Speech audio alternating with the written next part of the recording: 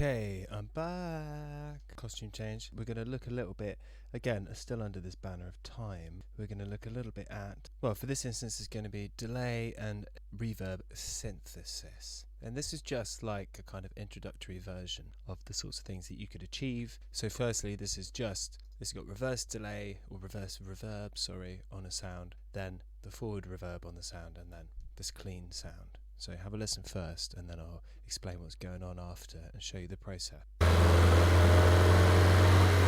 It's not been mixed very well, it's just a quick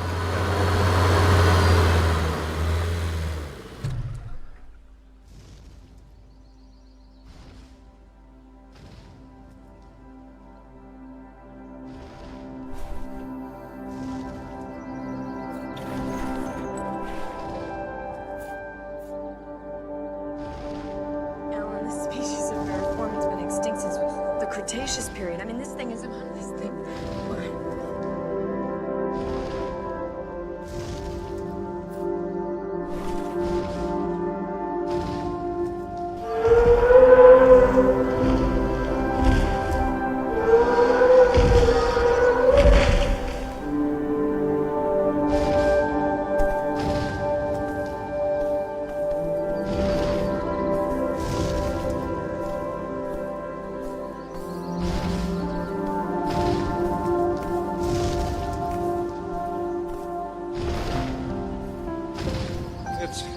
It's a dinosaur.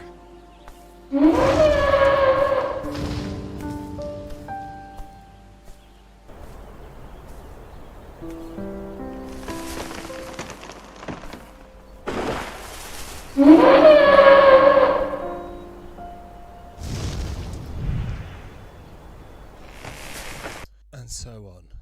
Little shivers. Perhaps I'm just remembering the original music. Anyway, so this is that with a reverse delay on it, which I'll explain in a moment. And this is just that with a big reverb on it. So reverse delay, really often we mean reverse reverb when we say reverse delay. The term is sort of interchangeable to some extent. What is sort of key about it is, I'll just explain it very briefly. You have your original file, you reverse it, then you apply reverb, and then you reverse it again. Then you get your original music forwards, but with a big riser sort of tail, swells in and really adds some bananas, for want of a better word. So I'll show you how.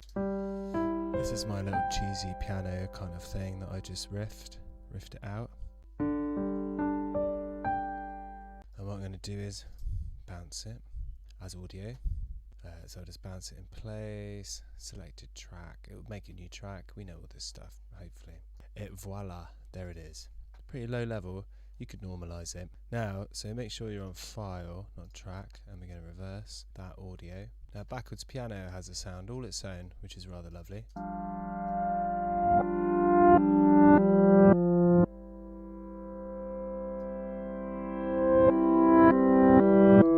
Nice. It's very obviously backwards though, quite sci-fi. So what we're going to do is chuck a load of reverb on, and I happen to have done that already on this previous example. I've got my chrome reverb on. I quite like this because it's got an EQ in it. I've used the bloomy setting. It's quite a long decay. And look, it's all the wet. That's because I don't want it to be a piano yet. I want it to be something else.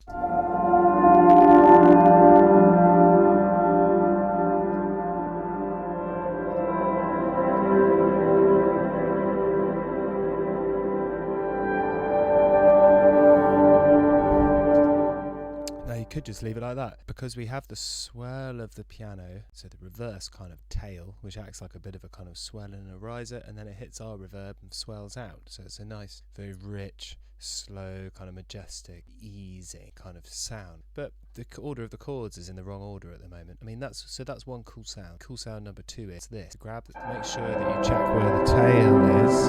So how long does the reverb last for?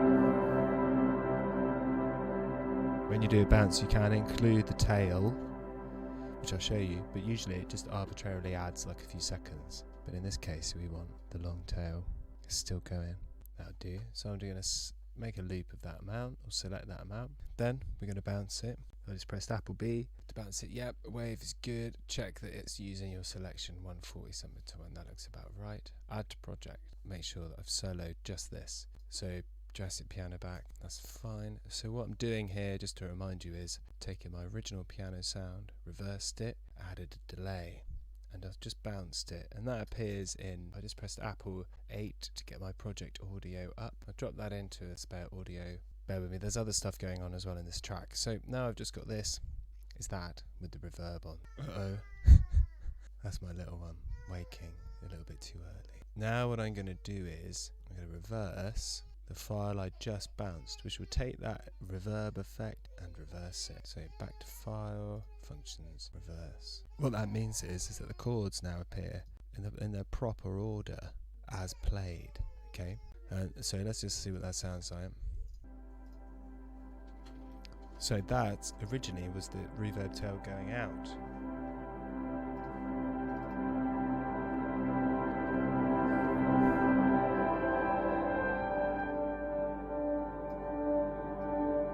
It's a little bit loud.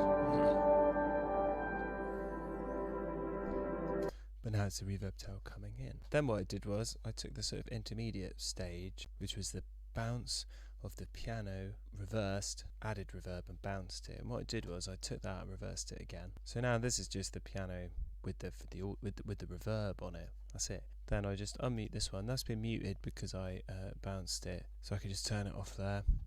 And now I'm just going to sync it up. So I've got these three stages. This is very distant, lots of reverb and a big fade in. But the piano part, the notes are still in the same order as the original.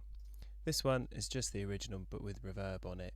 You could apply that to the MIDI obviously, but then you'd have to turn it off if you wanted it clean. I quite like having it on a separate track so I can just kind of manage it. What I did was I had a sort of clean piano occur in here, bring in there.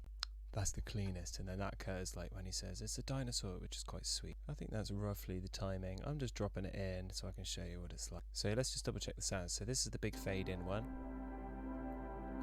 which coincides with his kind of amazement.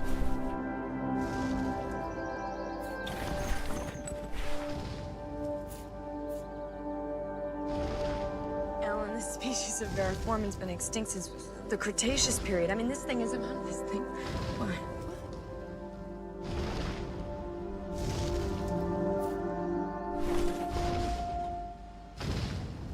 Simpler. That's reverse delay. Let's just listen one more time.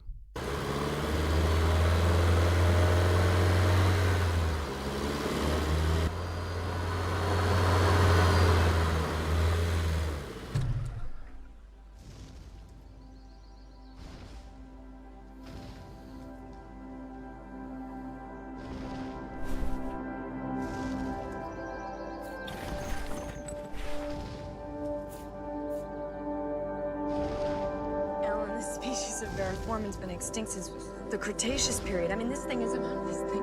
What?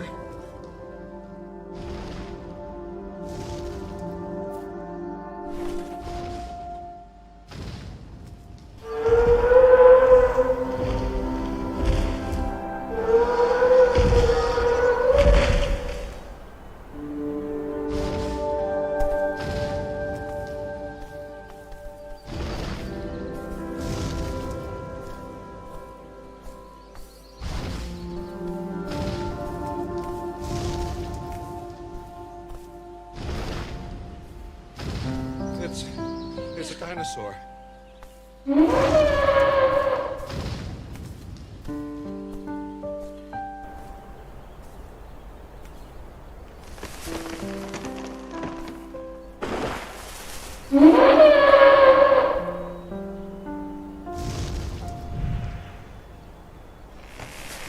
So not only are we doing reverse reverb there, we're also doing this kind of staged timbral changes. There's only one riff, but we've just got three variations of the tone of the sound of the timbre.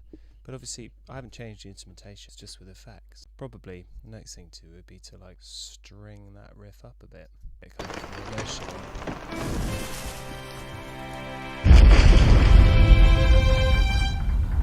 We're gonna make a fortune with this place.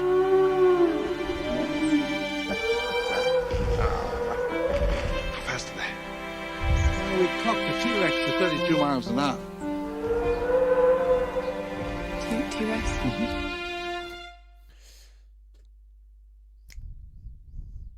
Word.